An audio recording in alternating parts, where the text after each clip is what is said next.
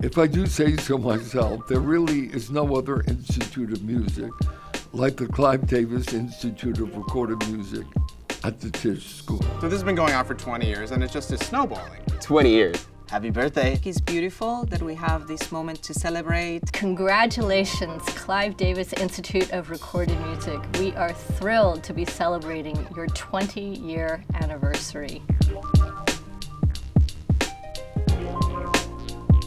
20 years is such a milestone because of the staying power. It's just incredible to see how far the program has come. It's definitely a bit of a rebel spirit that's been running the 20 years and will continue to run. Before we launched the Clive Davis Institute, which was then known as the Department of Music, there were music programs at universities in classical music and theater, but very few that focused specifically on recorded popular music. I was there before there was a CDI. So I was, at the time, Dean of Film and Television. Mary Schmidt-Campbell is talking to Clive Davis. Clive Davis came to me and said, you know, the Tisch School of the Arts has an Institute of Film and Television and an Institute of Performing Arts. Why doesn't it have an Institute of Recorded Music? And I said, why doesn't it have an Institute of Recorded Music? He said, I want it to be as prestigious a study as your film department became. And I thought, that's my in. The people that he was seeing coming out of university and going into the music industry were not really well-rounded. It was my vision to create a music program in which serious-minded students could receive an education that would prepare them for professional careers in the art and the business of recorded music. They would do so at one of the best art schools in the world. So the idea was to set up a program that would incorporate the music, the business, the history and criticism. Even the union of those areas was a bit of an experiment. The whole idea of holistic instruction within music, industry, music making. It was very scrappy in the beginning. When the program started as an idea, initially I was just the internship coordinator. And then the opportunity came available to become the department administrator. And Cheryl actually tried to talk me out of it because she was like, it's brand new, it's not resourced, you're gonna have to build everything from the bottom up. And I was like, yes, that's exactly what I want to do. To create a new department was no easy task. First, we had to launch a new degree. The program had to be accredited by the state and it had to go through a full proposal process. And we had to build out a new space with recording studios. We found that space at 194 Mercer Street. We also had to hire faculty and recruit students to be admitted into the program. I came in 2005 and we would have a faculty meeting, staff was always included, and we would talk about, okay, what are we doing here? Bob Power, Nick Sansano would be like, for me, huge mentors even before I got here. And then now my office is right in between Dan Charnas and Matthew Morrison. It's really like an incredible feeling. Coming home from the EMP Pop Conference in 2004, Jason King, who I did not know, accosted me and asked me if I wanted to teach at this program, and I said yes. I created an introductory history course that goes all the way back to ancient Egypt. That curriculum is a kind of a template for how I understand pop music history ever since.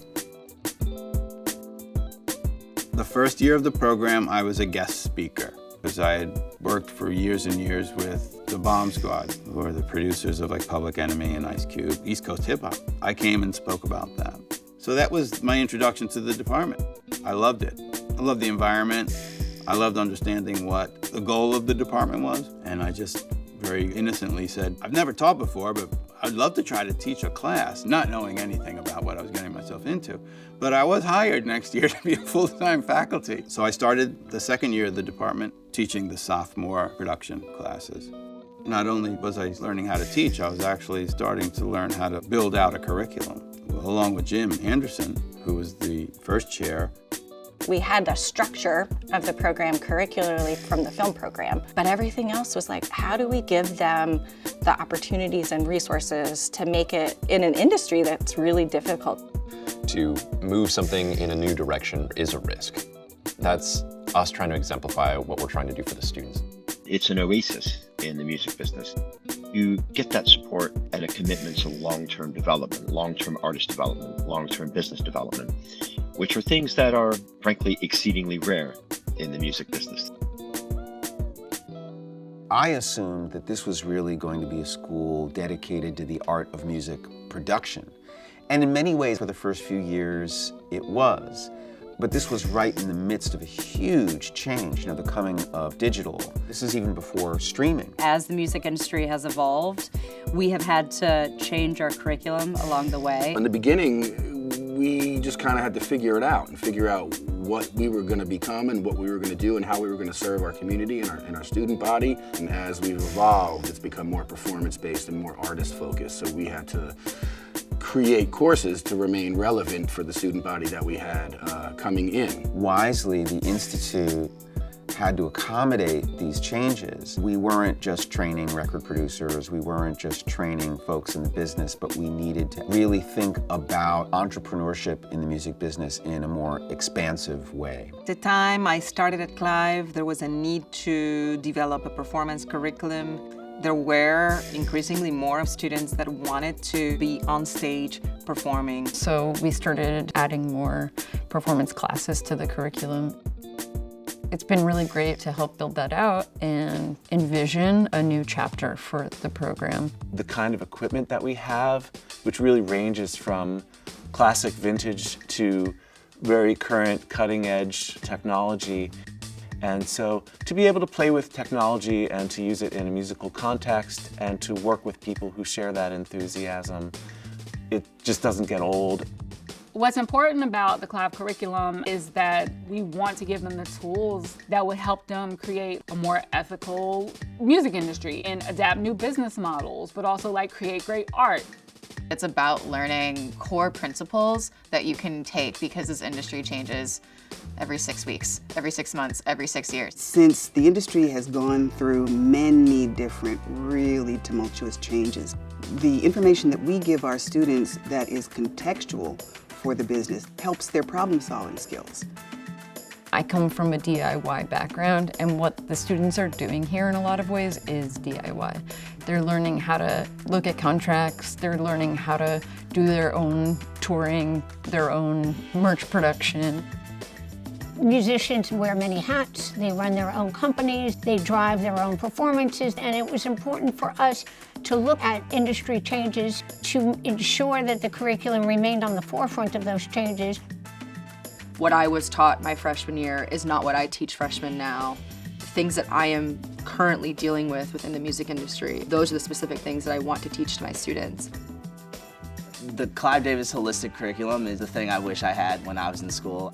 One of the things that really makes the Clive Davis Institute remarkable is how responsive we are to the changes in our larger world.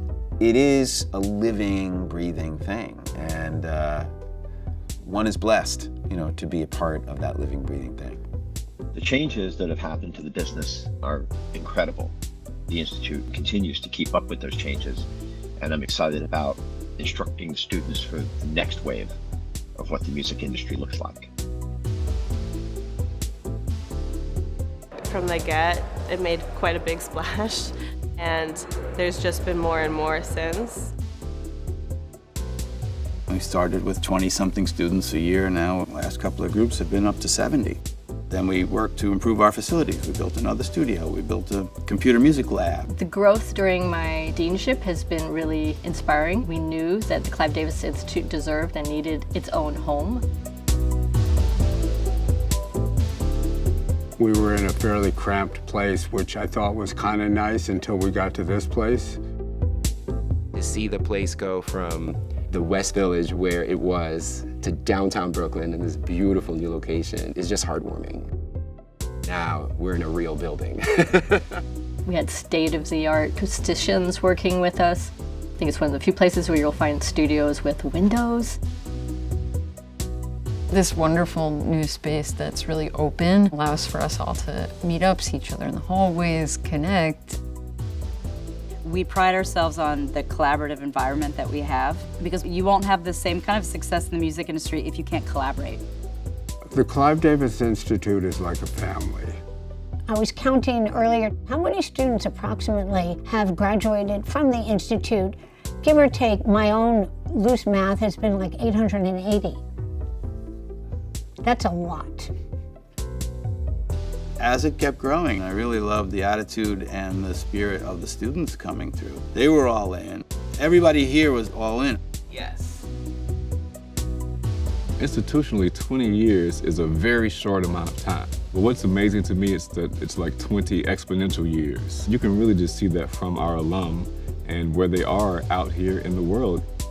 To be part of this incredibly successful experiment and to see the success of our students out there in the real world, there's nothing like that. A lot of students have gone on and taken projects that started in the classroom and made them a reality. This experience was so formative for me. I would not at all be where I am if it wasn't for this program. You really get hands-on experience taught by professionals. The Clive Institute was definitely where I found a community and confidence, which is the biggest thing. To this day, I'm still just so amazed. There's so many people here who are always on the forefront of like what's next in music, what's next in tech. Clive has been life-changing for me, and I'm forever grateful. It's a genuine love. I will forever remember this place. It will always hold a really deep place in my heart, and anybody who's been my student, you will always have a fan in me. 20-year milestone, I think, is magic because it means we're not going anywhere. You're starting to see 2 decades worth of industry professionals that came from this program, creating really beautiful communities throughout the industry. So I'm excited to see what this next decade looks like, turning into 30 years. I know Clive is blown away. He didn't know the life that it would create for itself. There are students winning Grammy Awards in major categories, dominating the charts, occupying major positions at record labels, agencies, and management companies. In challenging times, I think it is the song, the community that gets us through. And I know that we've planted the seeds for making a fertile garden of artists that are going to continue to have an impact. If there is a singular goal, it is an evolution of an industry that needs some updating. That's kind of the mission, build new leaders to make the changes that are needed, and being the ones who actually have the control to modernize and update and make a more equitable and sustainable industry. It's really great to see how my original concept for a new and original music program has become such a successful reality. I hope that students continue to find success and then emerge as leaders in the 21st century music business.